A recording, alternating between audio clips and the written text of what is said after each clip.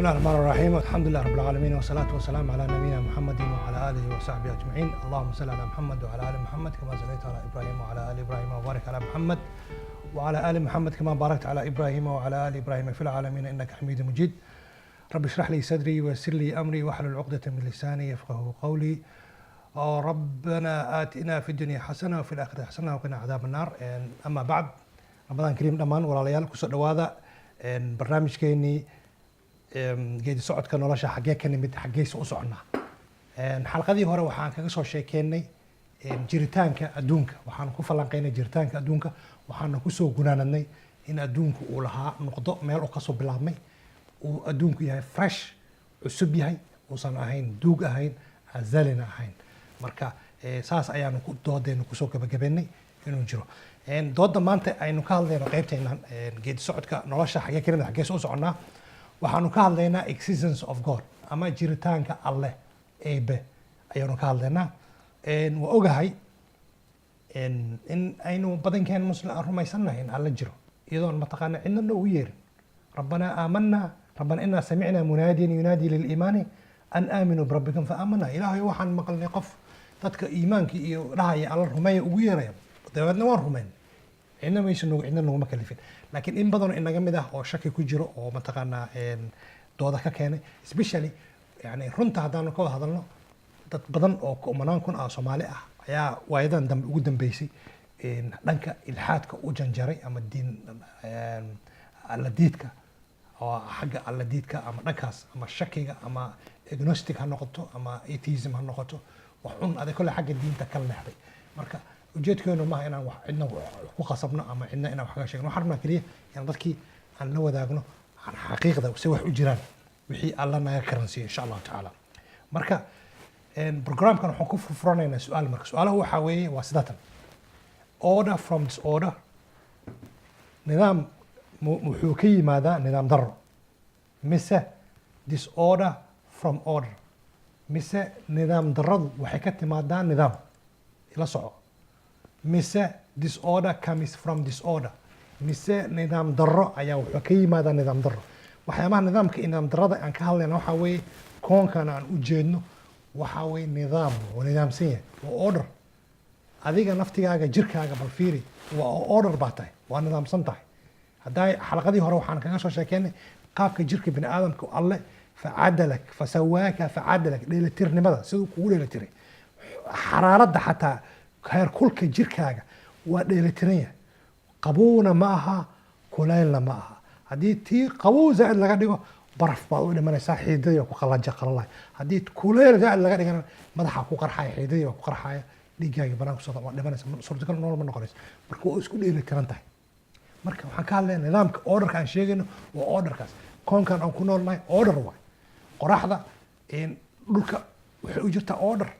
qaybna order garaysan oo nidaam ah 93 milyan oo mayl bay u jirtaa ma fahmina haddii wax yar u soo dhawaato dhulka oo dadku ay ku nool yihiin dhulka ilbiraqsiyo ku gubanaya wax yar mayl sadii jiska soo dhaaqado ilbiraqsiyo ku gubanaya nolol ka suurtagal ma noqonayso haddii wax yar fogaatana oo energy-gii iyo qoraxdii iyo diirimaadkii ma helaya dhulka ma helaya dhulka baraf u noqonaya nolol suurtagal ma noqonayso marka mid walba booskoodii aan la dhigay fahmina saa u fahnaa marka nidaamka iyo orderka aan ka hadlayna saas marka orderkaas waxaan rabnaa inaan is weydiino nidaamka marka haddaba nidaamka marka waxaasoo nidaam ah ma waxay ka yimaadeen nidaam darro waxaan ka hadlayna macnaha inay ka yimaadeen fawdo waxaan cidna aan abuurin macnaha sida dadka atheistiga ama agnosticsku ay aaminsan yihiin aladiidku aaminsan yahay yani waxaan noloshu mataqaanaa waa maadi sida Karl Marx iyo raggiisii ay hore ugu doodeen community noloshu waa iska maado weeye wixii la taabtaa nolol ah alla ma jiro waana saas oo iska socotaa waxaana waxay isaga yimaadeen biogenesis bay ku yimaadeen marka waan sheegi doonaa marka doodaas biogenesiskaas ah in badan bay saas iska dhaha marka waxaa imaanaysa marka su-aal imaanaysa ah haddii hadda aad ku tirahdid qof ilmo yar haddaa ku tirahdid qof weyn iska dhahda ilmo yar ku tirahdid dabaqaan dheer oo quruxda badan ee halkaan ah markuu imaanayay wuxuu ku yimid from disorder uu ka yimid order kuma imaan haddaad tirahdid maalan oo kale dhagaxaanta buurta ayaa duufaan baa dhacday buurtii ayaa dabaylo ku dhaceen, dabaylihii baa waxay soo qaadeen dhagaxaantii baa soo duulay, meeshaan bay yimaadeen buqcadan way iskor fuuleen, geedihii baa mataqaanaa ruxmay, way soo milmeen, way soo dheecaan bay soo daayeen, rinji bay noqdeen, rinjigii buu mataqaanaa darbiga ayuu ku noqday, dhulka daartan dheer aa u jeegtid saas ayay byjaniskaas ayay ku timid. haddaa ilmo yar ku tirahdo wuu kugu qoslaaya, laakiin haddii aad tirahdid intelligent engineer architectureka ku takhasusay oo cilmiga handasada iyo architectureka khatar ku ah ayaa intuu u fariistay waqti qaatay balaan gareeyey design gareeyey buildingkan xaglihiisa kala duwan qaabku noqonaya dhagaxaantii soo guray nidaamii dhisay haddaad tirahdid waxuu leeyahay yes injineerkaas dhis taasa macquula. marka imagine marka koonkaan aragto saa u weyn oon ka soo sheekeennay qaabku yahay xalqadii hore aan kaga soo sheekeennay jiritaankiisa iyo sida uu u yahay unbelievable-ka ah 93 billion diameters light years ma aha maal maaha kilometer maaha light years sanad ilays ayaa ballaciisa inta aan naqaano aadan ahaan aan ognahay ayaa weey. marka waxaasoo dhan marka fowda may ku yimaadeen. waxaan jeclaan lahaa jawaabtaas inaan daawadaha u dhaafo oo isaga uu ka jawaabo. marka qaybtaas waxaan rabnaa saas inaan ogaado, maxaan rabnaa inaan ogaano inaa yaa abuuray, yaa keenay, yaa ka dambeeyey, inaan arrimahaas rabnaa ka hadalno. marka taariikh ahaan marka aadanuhu marka taariikhdiisa kala duwan ha noqdo kuwa diimaha leh iyo kuwan diimaha lahayn, dhammaantoodba alla si magacyo kala duwan iyo siyaabo kala duwan iyo waxyaabo badan bay ku kala sheegaan. qaar waxay yidhahdaan matalan oo kale waxay ku sheegaan inuu alla yahay god oo kale, qaarka afka ingiriiska god bay qaarkood yidhahdaan, ama originkiisu ka yimid erey jarmal ah. qaar kiristaanka Jehovah's ay yidhahdaan, qaar waxay ku yidhahdaan Krishna, qaarba waxbay ku sheegaan magacyo oo iyagu ay leeyihiin. marka waxaan u baahannahay su-aashaan iyadana waxaan rabaa daawadaha inuu iyadana maskaxda ama maan ku gunto jawaabteeda xalaqada dhammaadkeeda ayaan kaga sheekeyn. waxaad imagine garaysaa marka waxaanu ka sheekeena in ay fowdo macquul aysan noqonayn, waxaanoo nidaam ah in ay iska yimaadeen fowdo ka yimaadeen. marka waxaa kaloo isweydiisaa wax walboo koonkan ku jira lid ayay isku yihiin, waa lamaanayaal lid iska soo horjeeda contradict isku ah. tusaale ahaan qabowga iyo kuleelka iyo qabowga waa isku lid, waa iska soo horjeedaan. biyaha iyo qaleelka waa iska soo horjeedaan. lab iyo dhadig waa iska soo horjeedaan. bidix iyo midig waa laba mataqaanaa iska soo horjeeda. wax walba oo koonka ku nool lid ayay isku yihiin haddaad fiirisid. everything oo adduunkan ku nool waxaa dee contradiction naturekan ka hadlaya naturalka haddaad fiirisid wax walba contradict ayay isku yihiin. marka taas laga soo tago aadanaha aqoontiisa ama science of logic, maangalka waxa aadanaha u yaqaan ama waxa macna u sameynaya maankiisa, waxa weeye waxa asal u ah ama qodob u ah waxa la yiraahdo without contradiction, inaysan iska hor imaan. haddii iska hor yimaadaan micno ma sameynayso. marka su-aasha aan u baahanahay inaan daawadaha weydiiyo waxa weeye xaggee aadanaha xaggee ka helay maangalkaas, fikirkaas dhahaya wixii waa inaysan iska hor imaan ay yihiin wax maangal ah oo aan iska hor imaanayn, xaggee ka keenay? maadaama wax walba oo ku hareereysan oo dabeecadda xataa jirkiisa bidixdii iyo midigii ay iska soo horjeedaan, sidee xaggee ka keena marka inuu fikir ahaan uu dhaho wixii oo fikir ah oo waa inay macno ay sameeyaan aysan iska hor imaanin? marka jawaabta waxaan ka rabaa insha allahu tacaala waxaan ku sheegi doonaa xalqada dhammaadkeeda. okay, marka qeybaha kala duwan ee mataqaanaa ilaahiyada ay dadku sheegteen ama dadku ay soo sheegteen ama ay fasira ama ay sheegtaan waxaa ka mid ah monotheism oo ah tan xanafiyada oo ah teena muslimiinta iyo kirishtaanka ama nimanka la yihahdo yuhuudda. kirishtaanka qaybtood should say yani badi monotheism ayaa lagu xisaabiyaa sababtoo ah inkastoo ay alle wiil iyo waxyaabo kale ay sheegaan haddana waxa weye waxay aaminsan yihiin alle inuu jiro oo alle weyn uu jiro. marka monotheist religions oo ay muslimka iyo kirishtaanka iyo yuhuudda ay ku midaysan yihiin, iyo polytheism oo ah kuwii mushrikiinta oo ahayd tacadud aaliha, pluralism of gods, badnaanta ama tira badnaanta ilaahyada. sida nimanka la Hindus oo kale waxay leeyihiin Krishna nimanka la yiraahdo Sikh oo kale waxay caabudaan Guru Nanak waxay ugu yaraan ama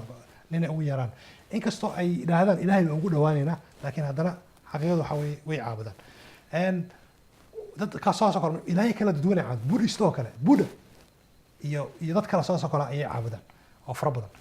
marka waxay leeyihiin marka ilaahay fara badan oo ay ku kala sheegaan ilaahay oo mataqaana ilaahay carada ilaahay naxariista ilaahay mataqaana gaajada ilaahay wax bixinta ilaahay risq ilaahay badan oo shaqooyin kala duwan u sameysteen ay dadkaas mushrikiinta leeyihiin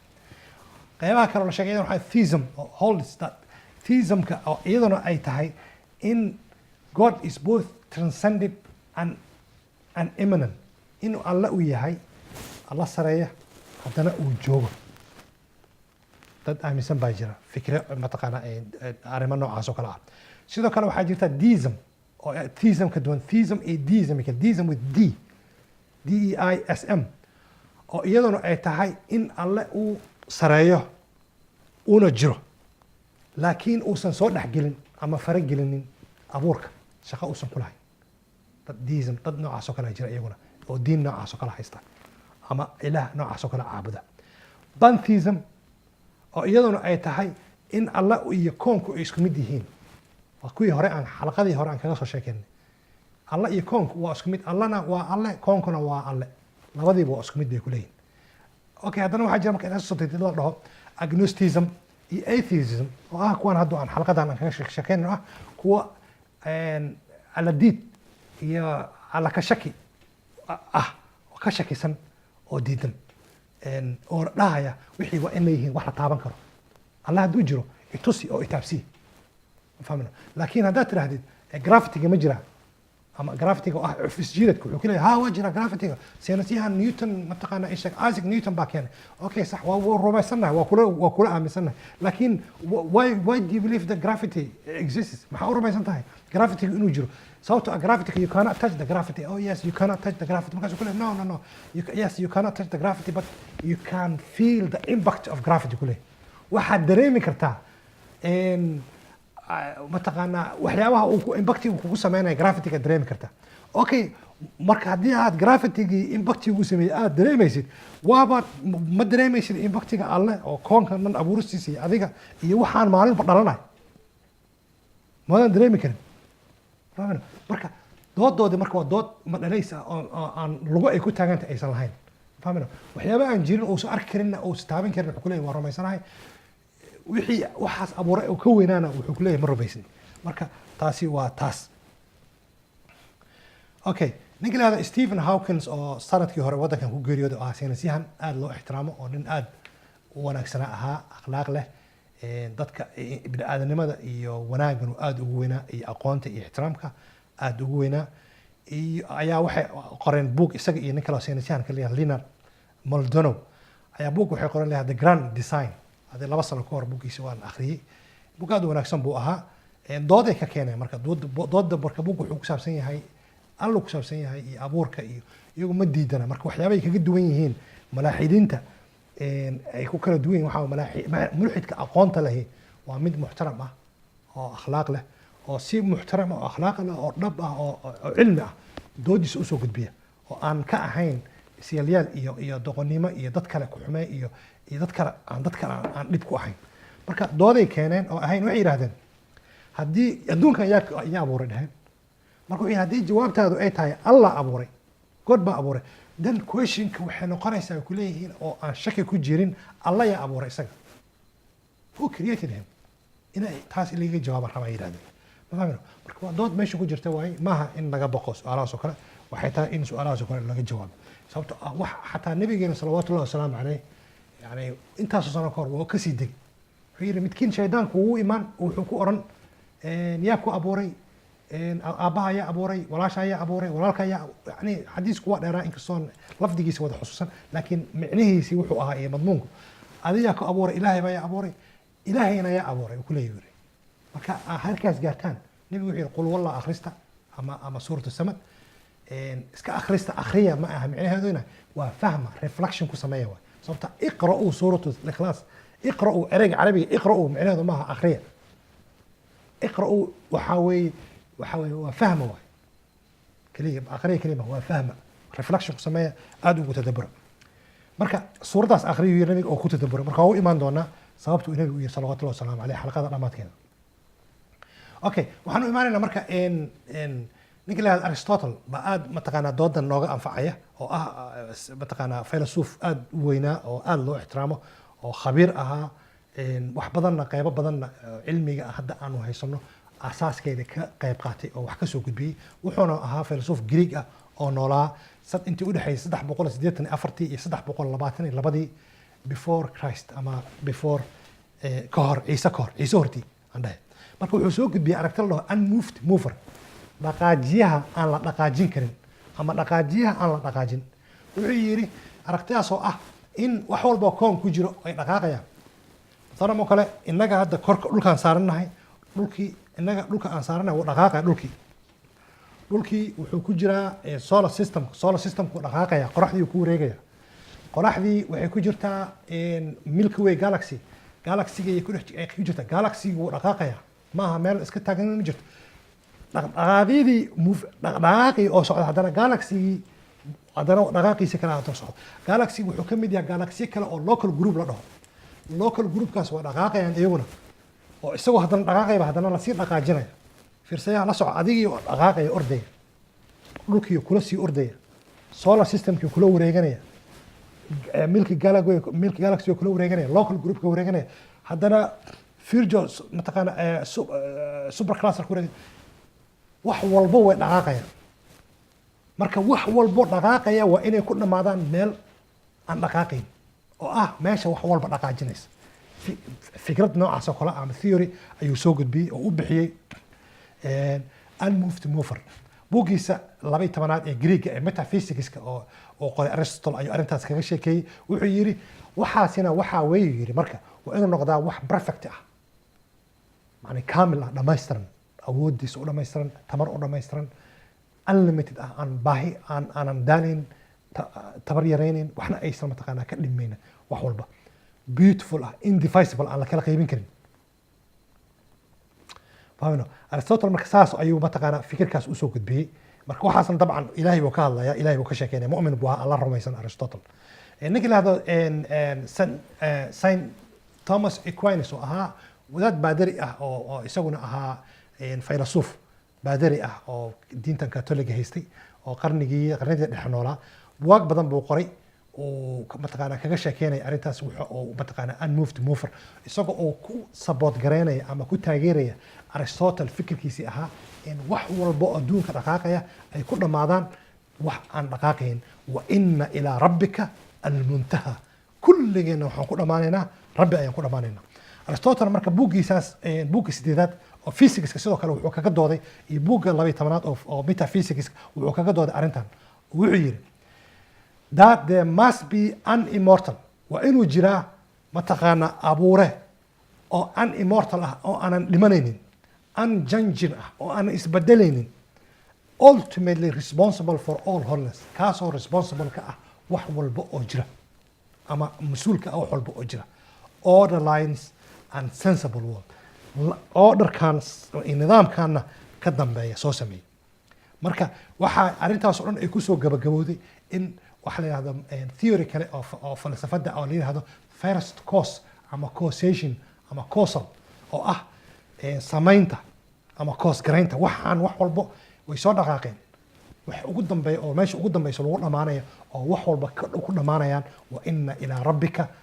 almuntaha wayaan Aristotle marka first philosophy ayuu ahaa ama philosopher oo arintaas mataqaana aad u riixay si fiican uga hadlay wuxuu yiri suurtagal ma aha in ay jiraan multiple causation ama multiple movers macquul ma aha inkastoo markii hore uu ku dooday inay jiraan multiple movers dhaqaaqyo kala duwan ama dhaqaajiyaal tiro badan inay jiraan laakiin markii dambe wuxuu ku soo gabagabeeyay in dhaqaajiyuhu aan la dhaqaajin ama aan dhaqaaqayn uu yahay hal kaliya must be one kaliya inuu noqdo sababtoo ah haddii kale waxaa lumaya nidaamkii adduunka lumaya sababtoo ah suurtagal ma aha hal wadan inay laba madaxweyne yeeshaan sababtoo labadii madaxweyne waa isdagaalayaan waa isqabsanayaan hal inay laba boqor yeeshaan marka imagine koonkan haddii laba ilaah yeeshaan إلهنا سبحانه وتعالى تصالحان ومسكحنا نقول سود وين ويقول سورة الأنبياء لو كان فيهما آلهة إلا الله لفسدتا هدي أدون كان السماء الرضو يكونوا يجير لهاين لا إله أما إلهية يجير لهاين فساد لها يعني صورة كلمتين نولا صورة كلمة نقطتين فاهمينه صورة ناقص ومركا دقائق يا شانو دن وحي كل مانيان وإن إلى ربك المنتهى ربك أي كل مانيان أوكي مركا سؤال إيمانس وحاوي الله وكه who's God يا متقنا إيشك إن محيتين صفاتكيس محيين إيمانس ضد يعني waxaanu xalaqada bilowgeeda ku sheegnay oo aan ku sheegnay in wax walba oo nature-ka ama dabeecada adduunkan ku nool ay isku hor imaanayaan lid isku yihiin bidixda iyo midig lid isku yihiin dhadig iyo lab qabow iyo mataqaanaa ii sheeg iyo kuleel dherer iyo gaabni buurnaan iyo caato wax walba laba weeye oo isku hor imaanay contradicting laba laakiin fikirka aadanaha waxa kaliya oo macna sameynaya waa hal xeer waaye oo uu ninka odayga ahaa uu soo gudbiyey the science of logic Hegel oo uu ku magacaabay without contradiction waa in aysan iska hor imaan fikirku inuu yahay saliim mid mataqaana saliima allana quraankiisa waa oo ku sheegay uu leeyahay wadadka aadana kana dhicinayo uu leeyahay afala yatadabbaruna alqur'ana wa in kana من عند غير الله لوجدوا فيه اختلافا كثيرا القرآن كمويس كتدبر هدي الله ما القرآن ومالك لك إيمان لها وسكور إيمان لها it would have contradiction وسمين لها وسكور إيمان وسمين لها لكن ما دعين because الله يحوج هاي إن آذنها وسجوا وتقانا سجى كم ده روح ديس وقفوا ونفخت فيه من روحي أو تاسو دينيسا إن فكرك وسكور إيمانه فكركم ونقضى مت سليمة مركا سؤال إيمانس وحوي حاجة آذنها ككين مرك هذا ترى ألا مجرو سؤال إيمانس وحوي آذنها حاجة ككين بالضرورة مركا necessarily وحقصب نوعه إن الرومانو أو ضرورة أهان إن أجره الله أما كم عو الله أما الله ده أما أود كتب سيدا سينس هذا أهان أود عقل بدن أو اسمه تقرأ بصوم ما powerful intelligent اسمه being أو وحنا كتب بي أيجرا قارك سينس هذا الله ربنا إساسا يكون بقى ama alla dheh ama rabbi dheh magaciyo wanaagsan ayuu leeyahay waxa ugu yartid marka waxa qasab bidaruura noqonaysa in aan dhahno alla waa jira sababtoo ah waxa qasbaysa fikirkaana qasbay waxana qasbay nidaamka koonka jira ana qasbay taasana qasbaysa okay marka allah jira marka sifaadkiisa waxa weeye صفات كيس أسماء الله على صفات أسماء الله الحسنى وصفاته كما هذا لكن وحكى لنا صفات كيس كو ورت لما شيء وأنا متفاهمنا perfection يعني the science of logic جورج ويليام فيدريك هيجل كنت بقول تضبطن كي كنت بقول صدق يكودين ولا وحوها ننقل لو قدام بيو مانجلك علمي كان مانجلك أما the science of logic اللي هذا وحيابو صوب بنيجوا حكمنا dialectics of متقنا logic waxaana mataqaana taasna gundig u ah wax leeyahay perfectionka ama waxa perfectiga ama kaamilka ama dhamayska ah suurtagal ma aha in ay laba noqdaan hal ma ka badan karo dhamaysku waa hal tusaale ahaan mataqaana isheeg waxa adduunka xawaaraha adduunka ugu dheereeya aynu ognahay aadan ahaan waxa weeye ilayska speed of light oo ah wuxuu jana jaraa halkii ilbiriqsi 300,000 oo kilomitir oo jaraa marka haddii ay dhacdo in aadanuhu uu gaaro ama uu samaysto aalad gaaraysa speed of light ama xawaaraha ilayska aaladaasi ama qofkaasi gaaray xawaarada ilayska waa inuu noqdaa waa inuu isku bedelayaa ilays buu isku bedelayaa light buu isku bedelayaa sababta suurtagal ma aha in labo ay perfect noqdaan perfectionku waa hal kaliya perfection of knowledge dhamaysnimada xagga aqoonta ama knowledge-ka ama thaqaafada dhamaysnimada xagga awoodda waa mid hadda wax ugu awooda badan ama energy-ga ugu culus aadanuhu uu yaqaan ama uu sameeyo waa nuclear-ka ma fahmino marka wixii nuclear intaas waa aqoonta way jiraan waa laga yaabaa waxyaabo kale inay jiraan laakiin aqoonteena waa energy ahaan marka la eego nuclear-ka ugu awood badan haddii marka qof uu awoodiisa ama energy-giisa ama taaqadiisa tamartiisa ay gaarto awoodda nuclear qofkaas nuclear inuu noqdo isku bedelaa sababtoo suurtagal ma aha in uu awoodda nuclear la simo qofna uu sii ahaado impossible taas waa isla fahmi okay marka Allah subxaanahu wa tacaala marka sidaas aaweed eebahaas aan ka sheekeyno alle waa inuu noqdaa one in his quantity one waa inuu mid noqdaa maadaama perfectionku uusan noqon karin halka badan karin waa inuu mid noqdaa tira ahaan unique in his modality waa inuu noqdaa uxaadi mataqaanaa mid unique ah qaab ahaantiisa jiritaan ahaantiisa objective truth mid jira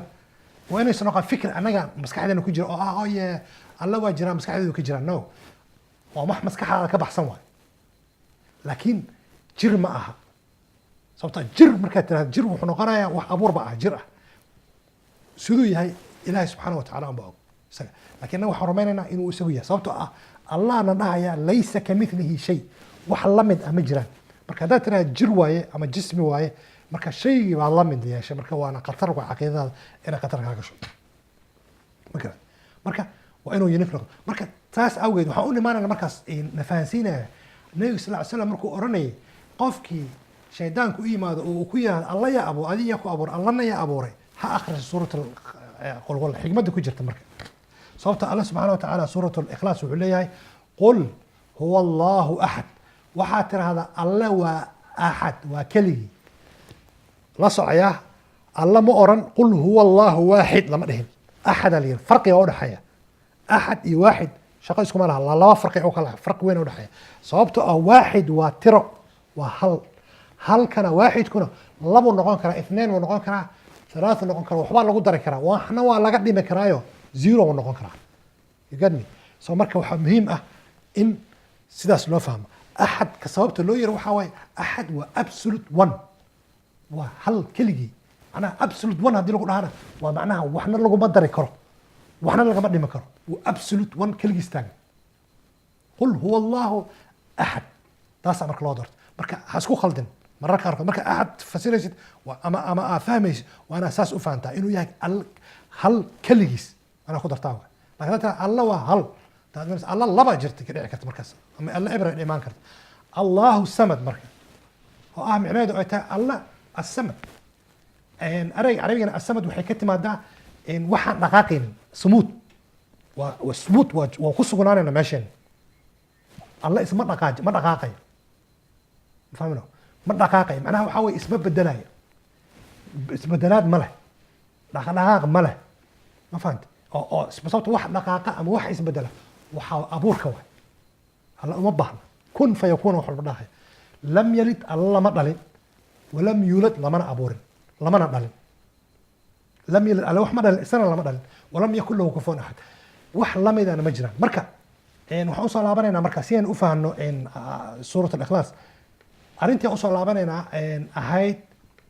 science of logic oo ahayd perfection cannot be except in one mataqaana dhamaysnimadu suurtagal maaha inay hal mid noqoto hal bay noqonaysaa ka badan noqon karto that's why waxaa weeye alle u yahay axad u yahay that's why alle u yahay lam yalid walam yulad aan dhaho sababtoo ah perfection cannot be except in one dhamaysnimadu ma noqon karto in hal mooyaane absolute one ay noqon kartaa kaliya that's why alle wax ma dhali karo ma dhali karo macnaha kama wado awoodeeda ma laha laakiin ma suurtagal ma aha lam yalid ma dhalin walam yulad waxna ma dhalin ma fahmino walam yakun allahu samad allana isma taqaana ay sheeg isma bedela walam yakun lahu kufuwan axad wax lamid ah ma jiraan wax lamid ah oo isaga lala barbar dhigi karo ma jiraan marka haddii marka intaasi oo macluumaada oo cadeymaha oo bayaana ay ku anfici waayaan adiga oo mataqaanaa rumaysan unuusan alla jirin haddaba waxa ay la dhegaysataa ninka la yidhaahdo Pascal ama Blaise Pascal oo ahaa xisaabyahan mataqaanaa ahaa philosoph ahaa physicistyahan inventor ahaa mataqaana qoraa ahaa oo noolaa oo faransiis ah oo dalka faransiis ku dhashay oo noolaa xilliga sanadku markuu ahaa 1623 iyo 1662 intii u dhaxaysay Pascal marka wuxuu sameeyey waxa la yiraahdo Pascal's wager ama sharadkii Pascal oo u dhigaya dadka alla diidka ah. Pascal alla rumaysnaa Catholic buu ahaa diinta Kiristaanka haysta alla rumaysan laakiin marka dadka alla aan rumaysanayn ayuu wuxuu u soo bandhigay 5 qodob oo sharad ah. Wuxuu yiri if you believe in God and God does not exist, haddii alla aad rumaysan tahay allana uusan jirin, waxa ogaatay markaa dhimatay kadib waxa ogaatay alla rumaysnayd adduunka markaa noole, laakiin markaa dhimatay waxa ogaatay alla maba jiraba, maba loo baahan inaad rumaysnayd. You will be rewarded with eternal life, heaven, thus an infinite gain. Sorry, iga raali lahada. Marka wuxuu yiri haddii aad mataqaanaa aad rumaysan tahay, if you believe in God, alla haddaad rumaysan tahay, God does exist. Markaa dhimatay ogaatay alla inuu jiro, ay run ahayd waxaa rumaysnayd, then waxaa laguga abaalmarinayaa janno oo forever ah oo ku noolaanaysid. Markaas waxaa heshay buu yiri sharadkaagii qamarkaagii waad guulaysatay aad dhigatay uu ku kacay sharadkaagii uu ku kacay. Wuxuu yiri marka qodobka labaad sharadka labaad, if you do not believe in God, haddii aadan alla rumaysnayn oo alla diid aad tahay, markaa dhimatayna aad ogaatay God does exist, alla inuu jiro aad ogaatay markii aad dhimatay, you will be condemned to remain in hell. Then naartii baad forever ku jiraysaa. Thus an infinite loss. Waxaana kugu dhacaysa khasaare aan la soo koobi karin. Tii hore maxay ahayd guul aan la soo koobi karin, because waxaa ku guulaysay sanadkaaga waxaa ku guulaystay waa meesha Soomaalida ka yidhahdaan khayr wax kuma yeeleen shar u tooghay. Ya haddii adiga aad mataqaanaa alla rumaysan tahay oo alla uusan jirin qiyaamaha, waxaa laga yaabaa inaad mataqaanaa aad dhib kula kulmin, laakiin haddii aadan alla rumaysnayn laakiin alla uu jiro, then khatara gashay naftaada qamara qaat waa ku qamartay noloshaadii iyo aakhiradaadii. Marka qodobka labaad saas uu ku bandhigay. Marka wuxuu yiri qodobka saddexaad wuxuu yiri if you believe in God and God does not exist, haddii alla aad rumaysantu yiri, laakiin markii aad aakhira tagtay aad ogaatay alla maba jiraba, you will not be rewarded, janno ma helaysid yiri maadaama alla uusan jirin. Thus an insignificant loss. Saasaa waxaa kugu dhacaysa yiri khasaare aan qiimo lahayn, macno lahayn, sababtoo ah naar ma gelaysid, allana ma jiraba markaa dhimata ogaatay. Wuxuu yiri marka qodobka saddexaad wuxuu yiri if you do not believe in God, haddii aadan alla rumaysnayn buu yiri, and God does not exist, allana hadduusan jirin, markaa dhimatay alla ma rumaysnid, markaa dhimatayna waxaa ogaatay alla inuusan jirin, you will not be rewarded. طبعا alla ma jiro marka reward ma helaysid, abaalmarin ma helaysid, but you have lived your own life, noloshaadii unbaa noolaatay, thus an insignificant gain, wax oo macnana maad kuuma soo kordhin. Marka afartaas shard ayuu qodob ayuu Pascal soo bandhigay uu kula dooday ala diidka. Haddii aad qofka u diido bayaanaadkii cilmiga aan ka soo hadal, bal afartan qodob maan ku hay oo haddaan mar labaad ku celiyo kan koowaad dhahaya haddii alla aad rumaysan tahay allana uu jiro, markaa dhimata ogaata alla inuu jiro, then janno waxaa helaysaa oo forever ah, thus infinite gain, waxaa helaysaa marka taqaanaa abaalmarin aan xisaab lahayn. qodobka labaad oo ah if you do not believe in God, haddii aadan alla rumaysnayn and God does exist, markaa dhimatayna oo ogaatid alla inuu jiro, you will be condemned to hell, naar baad ku gelaysaa saas, thus an infinite loss. taasina waxaa way khasaare aan la soo koobi karin. qodobka saddexaad oo Pascal wuxuu yiri if you believe in God and God does not exist, haddii alla aad rumaysan tahay laakiin markaad dhimatay ogaatay alla inuusan jirin, you will not be rewarded, abaalmarin janno ma helaysid sababtoo alla ma jiro, thus an insignificant loss. taasina waxaa weeye wax aan qiimo lahayn ayaa kaa khasaaray. laakiin wuxuu yiri if you do not believe in God, haddii alla aad rumaysnayn and God does not exist, aadna ogaatay alla inuusan jirin, you will not be rewarded, abaal ma helaysid iyo janno ma helaysid, because alla maba jira markaas bay noqotay. taasina waxay noqonaysaa insignificant gain, wax aad aweyn ah heshay malaha. waxaan haddaba kusoo gabagabeynayaa barnaamijkeennii gabaygii ninkii reer baadiyaha, nin reer baadiyaha ayaa la weydiiyey sidee ku ogaatay alla inuu jiro, baadiyaad ku nooshahay, cilmi sayniska waxba kama taqaanin, diin kuma soo gaarin, waxba maadan la kulmin, geelaagii iyo dameerahaagii la joogta. markaasuu wuxuu ku jawaabay gabay shicira, wuxuu yidhi albacratu tadullu cala albaciiri, saaladu geela saaladiisa markaad aragtid waxay ku tusinaysaa geel jiro ahaa waxay ku tusinaysaa geel inuu meeshaan maray walatharu yadullu cala almasiir wuxuu yiri raadkuna markaa raadka aragtid buu yiri waxay ku tusinaysaa qof meeshaan inuu maray fasamaaun daatu abraaj samadan saan mataqaana buruush kale oo xidigaha iyo waxaan iftiimaya iyo waxaan saan u dhaqaaqaya waaweyn iyo wa ardun daatu fijaaj iyo dhul saan jeexooyinkan iyo wadooyinkan kale leh afalaa tadullu cala alcaliyi alkhabiir waysan ku tusineen waxaan dhan inuu jiro wax abuuray oo cali ah oo sareeya oo khabiir ah ayuu ninkii reer baadiyaha ku jawaabay marka insha allahu tacaala xalqadeena intaas ayaanu kusoo koobaynaa intaanu ku kulmayno xalqada xigta waxaan idinkaga